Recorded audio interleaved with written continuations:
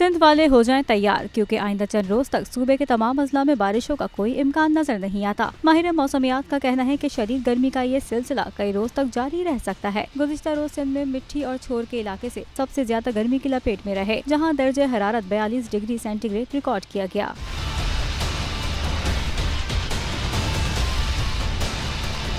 महकमा मौसमियात ने मजीद बताया कि शहर कायद में गर्मी की लहर आज भी बरकरार है। कल ज्यादा से ज्यादा दर्जा हरारत 38 डिग्री सेंटीग्रेड रिकॉर्ड किया गया। महकमा मौसमियात के मुताबिक मुल्क के बेशतर इलाकों में आज भी मौसम खुश्क रहेगा। मुल्क के वस्ती और जनूबी इलाकों में दिन के औकात में गर्मी का राज बरकरार रहेगा।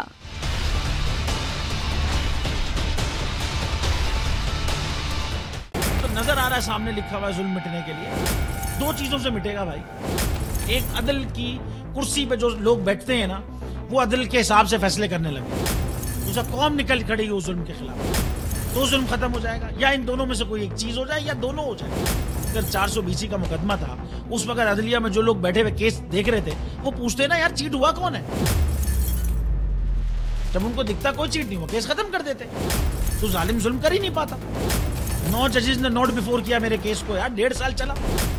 शख्सी जमानत का केस, सेम केस इस्लामाबाद में कर दिया। एक ही इल्जाम पे 2 केस हो नहीं सकते भाई। मतलब 60 दिन का वक्त होता है। 102 दिन के बाद मैं जीत गया, केस बरी हो गया।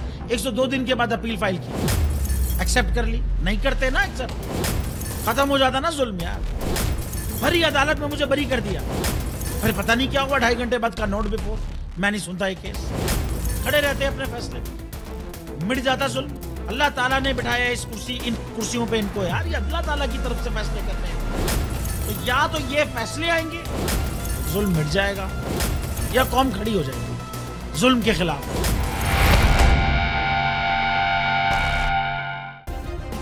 सब्सक्राइब करें और बेल दबाएं ताकि कोई खबर रह न जाए।